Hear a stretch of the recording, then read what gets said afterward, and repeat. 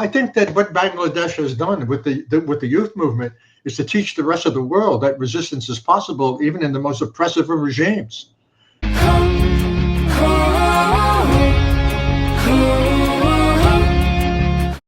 can you talk about a democracy that says you have to have discrimination? I mean, That's yeah.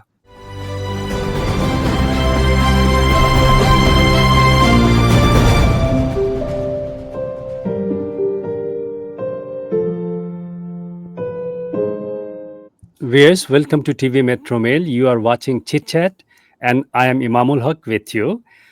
Today, I am very delighted. I am pleased to have my very special guest. Today, I am joined by Professor Henry Giroux. Uh, First, let me just bring him on screen, then we'll have some chat with him. Professor Henry, thank you very much for joining us. oh, it's a pleasure. Thank you for inviting me. It's our pleasure, and we will be today discussing about the fascism, particularly the cultural fascism.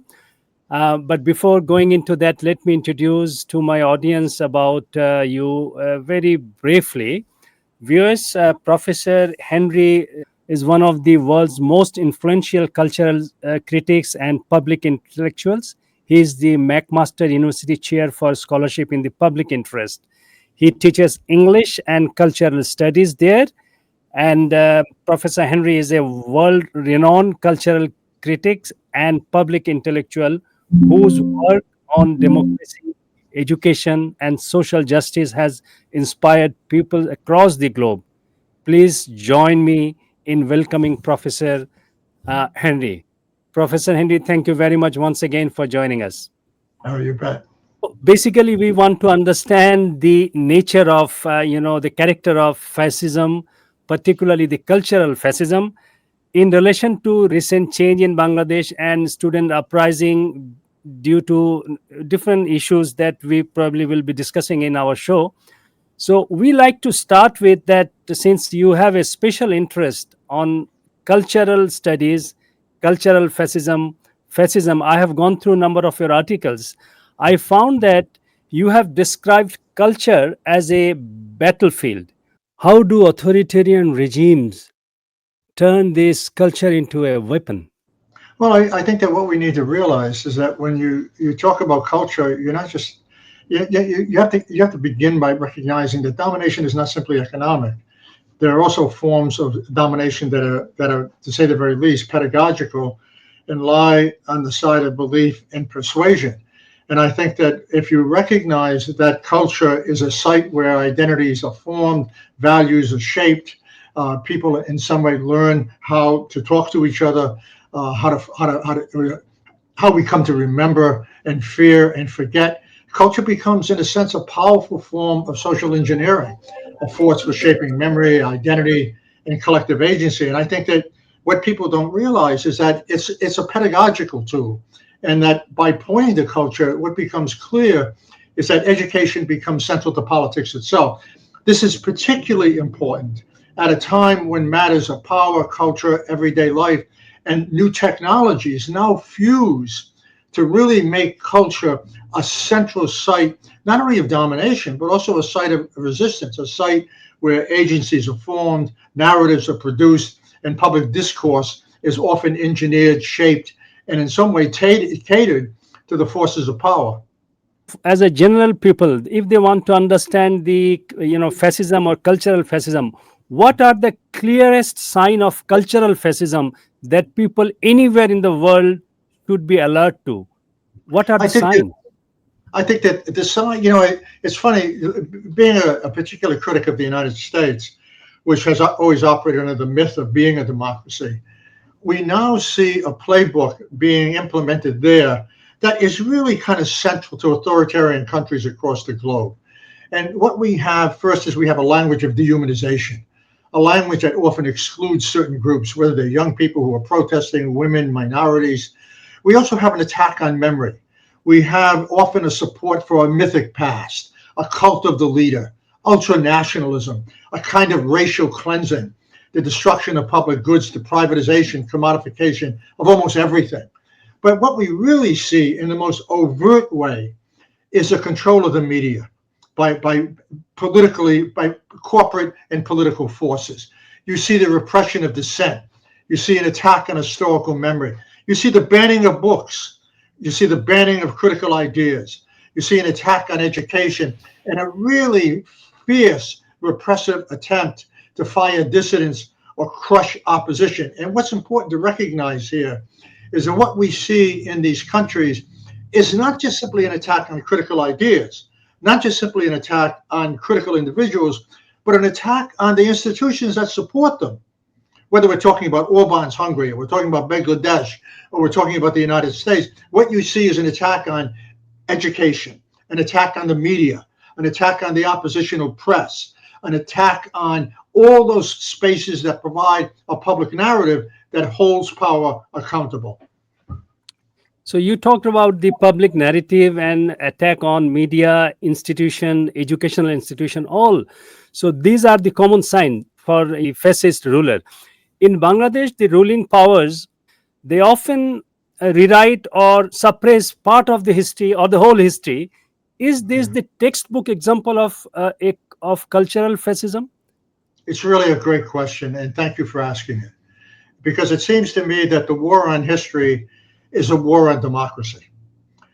Social amnesia, historical amnesia, is really fundamental to authoritarian regimes, because what they want to do is they want to eradicate elements of the collective past for controlling how we think, how we understand in the past certain challenges that have been made to authority, how in some ways we can understand forms of resistance that we can learn from. And what it does, what historical amnesia does, what this attack on memory does, it erases narratives that point to historically rooted forms of oppression, forms of resistance. In this case, history becomes dangerous because it offers the tool for moral meanings, political alternatives, and collective resistance. It offers us ways to understand the present and understand the future in ways that don't have to replicate the present. It helps us to understand forces of domination that have existed in the past that are trying to be erased, that need to be addressed, and in some way need to be fought. So in that sense, history becomes enormously powerful as a way of thinking against power, of thinking against repression, thinking against particular forms of domination rooted in belief and rooted in forms of consent. This is what we see, that every ruling government, if they have the fascist character in mind, they just try to alter or suppress the history. They alter the history because they understand something. They understand that history is dangerous. Foucault talked about dangerous memories. Memory can be dangerous. I mean, memories, in a sense, challenge their mythic understanding of the past, challenges their normalization of domination, challenges this notion that the cult of the leader is universal, challenges the notion that justice is not something that should be fought for, and in a sense gives birth to the breath of democracy. Democracy cannot exist without informed citizens. It doesn't exist. Democracy cannot exist in the land of ignorance. Democracy cannot exist under the threat and the process and the practice of historical amnesia. And in that sense, the fight for memory is the fight for democracy. Yeah. And apart from the history, I think the nationalism and religion is very important part, and they are playing very strong role in politics in many countries, including Bangladesh. So how can these two things, the nationalism and religion, manipulate to control the society? I think that what we have to understand about nationalism is nationalism operates in the world of barriers. It operates in the world of exclusions. It operates in the world of militarization. It shuts down differences. It becomes a vehicle for racial cleansing and a host of religious and economic fundamentalisms. And it seems, in a sense, in the most historical sense, it leads to political violence. It leads, in a sense, to claiming that some people are worthy and some people are not. And it seems to suggest that political power only functions in the interest of what we would call political violence. And I think in many ways, nationalism in a world in which people are utterly connected is a kind of poison that prevents international solidarity. It prevents international dialogue. It prevents a collective struggle for justice. And in a way is almost always functions in the interest of a very restricted international ruling economic and militarized class. Yeah, that we understand. And historically, Bangladeshi young people have been central to the democratic struggles. How can young people resist cultural authoritarianism or fascism?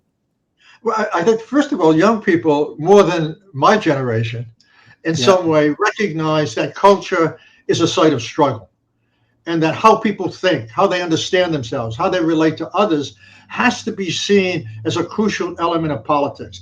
And it has to be understood that education is central to politics. So I think that young people have an obligation to basically open up spaces of translation, to create alternative public spheres, to bridge the gap between everyday life and politics, to make power visible in terms of how it works. And they need a language of hope, not just critique. They need a language of imagined futures, and they need, and this is very, very important, young people need to work collectively to enter into the public sphere in every way they can, through every element of social media. They need to talk to people in a language they can understand, that in some way resonates with their needs. Language is the vehicle through which we imagine ourselves, through which we understand ourselves, and through which we basically relate to others. So this struggle over language, this struggle over power, being held accountable, is always a struggle over culture. The old saying that politics follows culture is more important now than ever, because if you don't understand the problem, you can't address it. It's as simple as that. So we have to understand that the fight for individual and public culture is also a fight for civic literacy. It's a fight for civic understanding, and it's a fight for creating the foundation for collective resistance. thank you very much, Professor Henry. So you are saying that politics follows culture. At the same time, how do you? The religion is also very much part of the culture, right? Yeah. So there is no option that we can ignore religion and we can keep that apart, from the culture. When we talk about culture, the religion is very much part of it. I don't think you can separate religion at all from questions of culture. I think that's a myth. I think that religion plays often both in oppressive and in emancipatory ways a very fundamental role in creating how people think about power, how people think about justice. I mean, how people think about the world they want to live in, that eliminates poverty, staggering inequalities, suffering, militarization, and injustice. So I think that there's a spiritual element of all religions that in different ways speak to the public good and speak against oppression. And those elements of religion have to be celebrated. While it seems to me those other elements of religion, tied basically to domination, the suppression of critical thinking, the suppression of agency, and the cult of even religious leadership, need to be questioned and So challenged. it seems that even in many religion also there is a fascist element in the religious practice as well. Sometime, Oh, right? absolutely. I mean, Yeah. look, if you look at the theocratic movements that have come out of Latin America, which are very progressive and claim that women should not be treated as subordinates, that claim that basically the church is a stepping stone to address social injustice, not a place that organizes power in ways that suggest that politics is something we should ignore, or to suggest that people shouldn't fight for solidarity, or that injustice, if you're ready for this, is separate from religion. It's never separate from religion, whether religion wants to reproduce it or whether it wants to address it in ways that suggest that Allah, God, or some other spiritual entity, in the best sense, is always a symbol for understanding a world where injustice can be addressed and eliminated. That's a spiritual moment. That's a moment of moral cleansing. That's a moment in which we realize that all of our activities, religious and otherwise, has to be linked in some way to an understanding of the larger society, nationally and globally, in which justice has a spiritual element to it, a spiritual calling. Thank you very much. So when we talk about culture, we always think about the writers, artists, painters, educators. So, and you have argued in your articles that culture can also be the site of resistance. Right. So, how or what can artists, writers, educators in Bangladesh, particularly, or any other part of the world, can do to challenge authoritarian control? I What think that would be their role? I'm sorry. Yeah. I think that writers, artists, and various other cultural workers need to use the tools that basically mark how they operate, how they function, and use those tools to speak to people in a language they can understand. Create as many alternative sites for public narratives, alternative social media sites in which they can address enormously wide audiences. I think that they need to use the cultural realm and the realm of ideas as critical sites for expanding knowledge, expanding modes of critique, speaking to people in a language they can understand, and learning about the nature of oppression that people experience. Artists are not there to simply inform other people. Artists are there to basically understand in dialogue with other people how their tools can be used as part of a larger struggle to make democracy work, to make it real, to make it felt, to make it breathe, to make it in some way both an artistic, a pedagogical, and an intellectual calling. So they have a very important role to play, in fact. In I think that artists are the pedagogical angels of the 21st century. okay, I, okay. I think that, yes. So beyond intellectuals, artists, or educators, or activists, how can ordinary citizen practice what you call pedagogy of resistance? I think that what people have to do is address two issues that are fundamentally important to fascist regimes. I think they have to recognize that, first of all, they're not alone. That we have, under fascist regimes, we're constantly taught that all problems are individual problems or problems of character. So we have to learn to, in some way, connect private troubles to larger systemic considerations. Secondly, we have to understand that economic activity, political activity, social activity, in some way has to be linked to questions of justice and social responsibility. Thirdly, we have to fight collectively, and we have to do it around a notion of solidarity that brings different groups together in ways that allows them to create, as young people in Bangladesh did, a mass movement for which power all of a sudden becomes threatening, collective, and informative. You said that when fascist rulers they are doing their work, a citizen should not feel alone. They should feel that there are some other parties. But the unfortunate part of in such situation, they don't feel ownership to any democratic institutions, the media. It looks like that they all are working in favor of the fascist power. I think that's where culture becomes a struggle, right? I mean, I think that the task of any emancipatory group, whether it's young people or others, has to convince people that you can't normalize this. That that the forms of fear, the forms of oppression, the forms of militarization, the forms of ideology that fascist groups basically produce, whether in controlling the media or controlling schools or controlling other sources of public narrative, have to be challenged. That resistance is not simply something that's a sideshow. It's absolutely crucial to how we live if we want to live in a democracy and if we want to fight authoritarianism.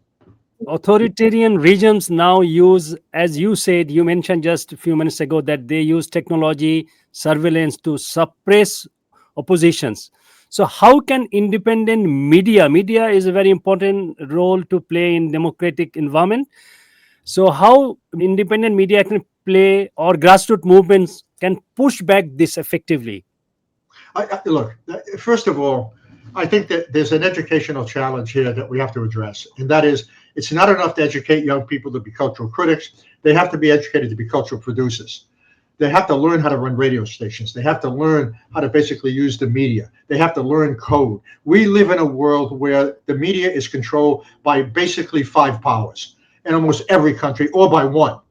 And so it seems to me we have to be able to use those tools to create as many sites of resistance in the social media as we can, whether they're underground, whether they're done by radio, whether they're done by zines, whether they're done on the internet. But the internet is not controllable. in the way in which people often think. Even if it's shut down in one country, people have access to in others.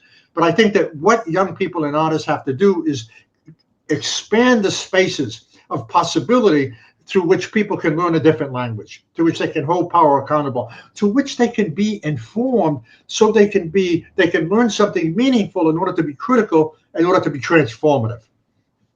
Yeah, I think this is the experience we have seen, at least in Bangladesh, in recent time during the student uprising, because when there was no space, everything was blocked by the fascist regime.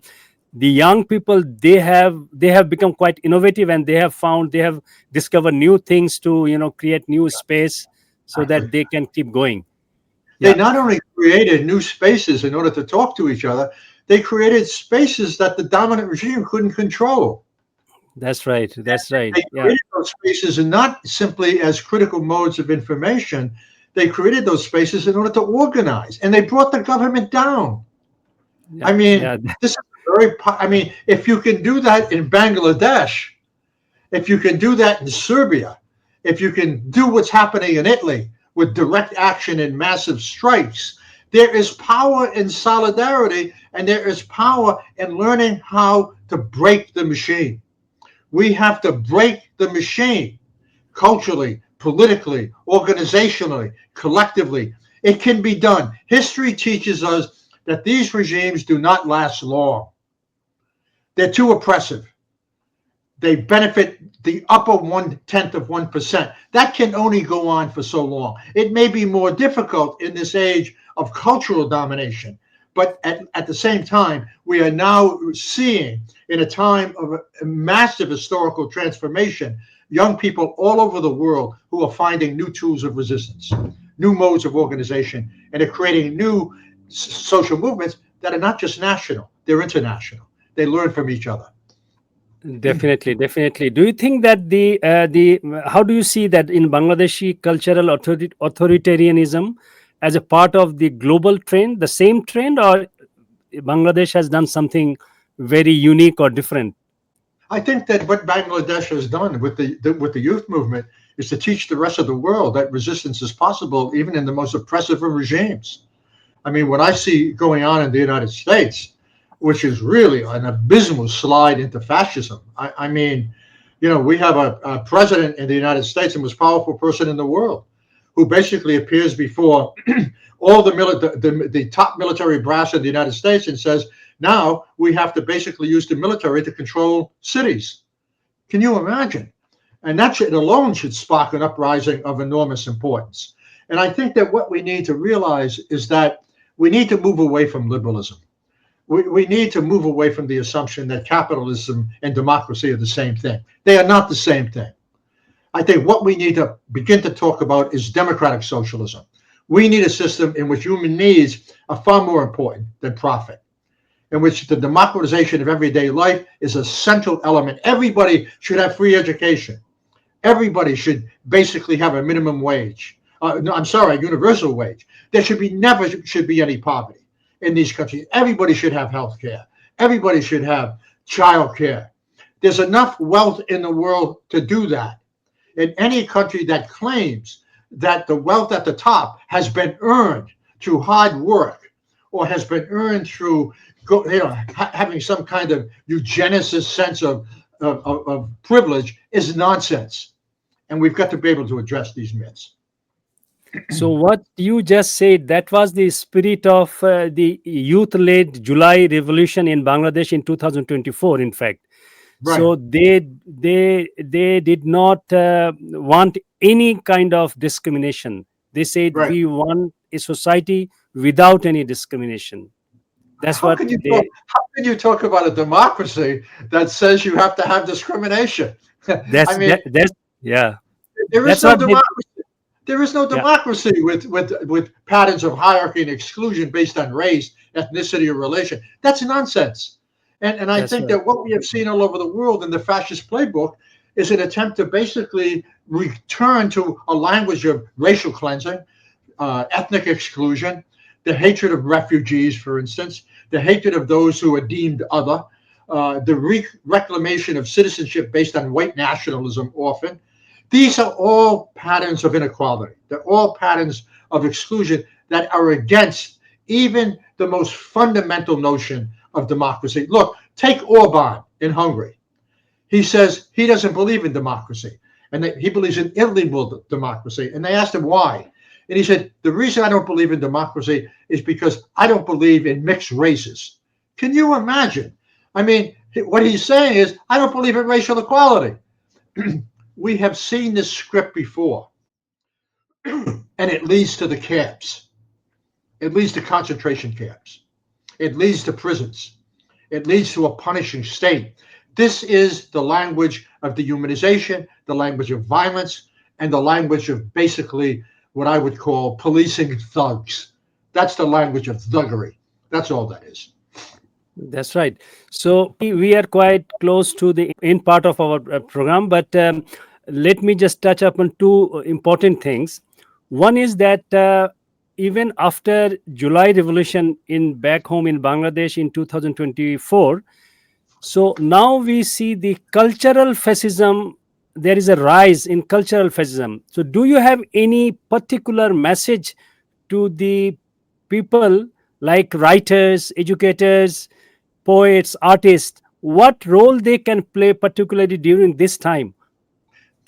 I think that they have an enormous role to basically do everything they can to describe a present that should not replicate the future.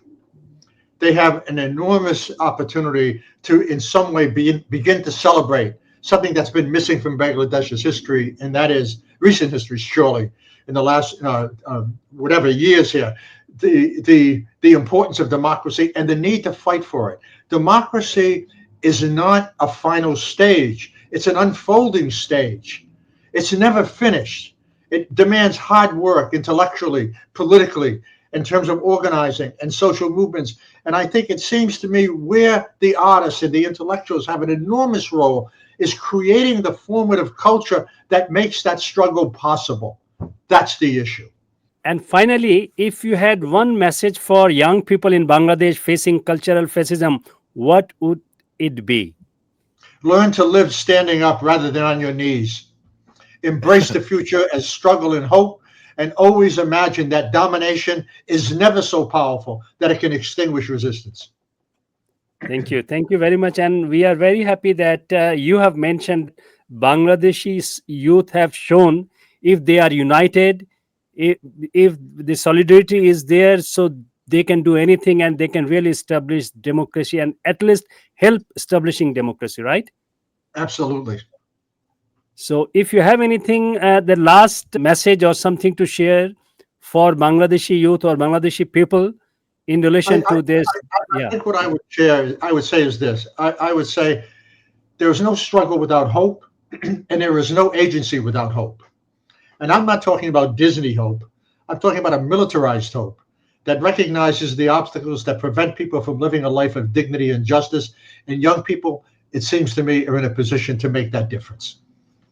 Thank you very much. Thank you very much, Professor Henry, and thank you very much, viewers, those who are watching our show and those who will be watching this show later on. I really appreciate your time and insight that you have shared with us today, Professor Henry. Thank you very much. Okay, thank you. Thank you for having me.